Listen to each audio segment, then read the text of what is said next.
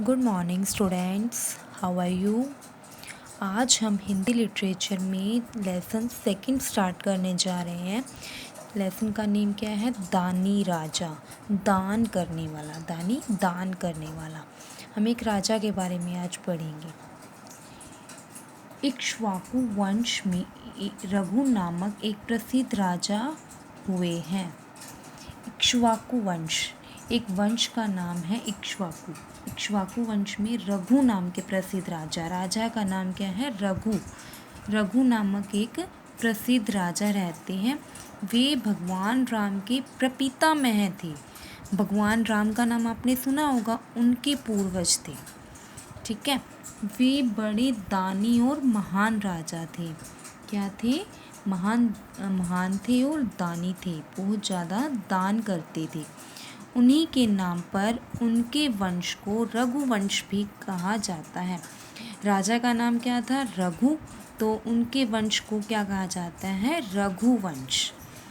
उनकी राजधानी साकेत थी। राजा की राजधानी कौन सी थी? साकेत। एक बार उन्होंने यज्ञ में अपना सब कुछ दान कर दिया था। उनके पास बस मिट्टी के बर्तन बचे रह गए। राजा ने एक बार यज्ञ में अपना सब कुछ दान कर दिया। अब उनके पास क्या रह गया था? सिर्फ मिट्टी के बर्तन। उसी समय महर्षि वरतंतु के शिष्य कोत्स अपने गुरु को गुरु दक्षिणा देने के लिए 14 करोड़ स्वर्ण मुद्राएं मांगने महाराज रघु के पास आए। कौन आया था महाराज रघु के पास? कोत्स कौन था? महर्षि वरतंतु। एक महर्षि थे, उनका नाम था वरतंतु। उनके शिष्य कोत्स आए थे राजा के पास। किस लिए आए थे? उन्होंने महर्षि वरतंतु को गुरु दक्षिणा देनी थी।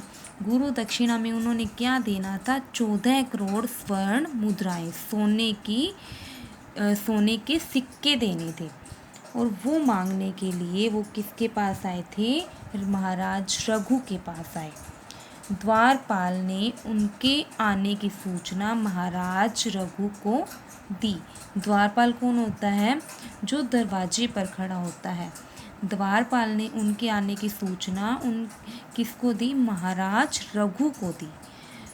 आगे द्वारपाल क्या कहता है? महाराज, द्वार पर कोत्स नामक एक ब्राह्मण कुमार आए हैं। द्वारपाल कह रहे हैं कि आप महाराज, कोत्स नामक एक ब्राह्मण आए हैं, वे आपसे मिलना चाहते हैं, क्या आज्ञा है? फिर रघु महाराज कहते हैं, उन्हें आदर सहित अंदर ले आओ।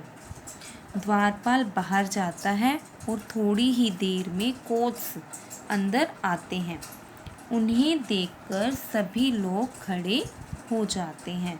जब शिष्य कोत्स अंदर आते हैं तब सभी लोग खड़े हो जाते हैं। कोत्स कहता है, महाराज का कल्याण हो, महाराज रघु का कल्याण हो। रघु महाराज कहते हैं, ऋषि कुमार, किसको कह रहे हैं? कोत्स को। ऋषि कुमार, आप ठीक तो हैं?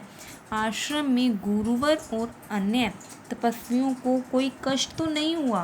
तपस्वी क्या होता है? जो तपस्या करते हैं, उनको कोई कष्ट तो नहीं है? फिर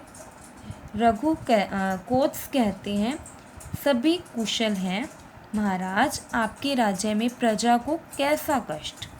फिर कोत्स क्या कहते हैं? महाराज, सभी ठीक हैं, किसी को कोई कष्ट नहीं है।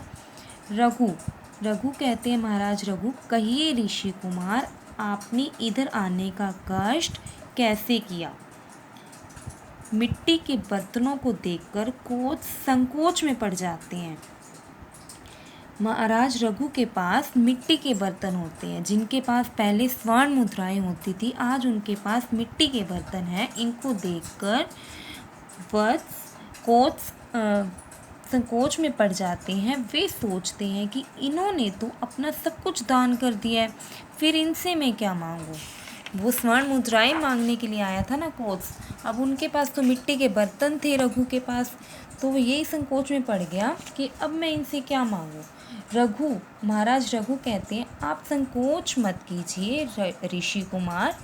कोच कहते हैं राजन, मैं तो गुरु दक्षिणा में 14 करोड़ स्वर्ण मुद्राएं मांगने आया हूँ। आप तो रघु महाराज कहते हैं नहीं ऋषि कुमार, आप थोड़ा भी संकोच मत कीजिए।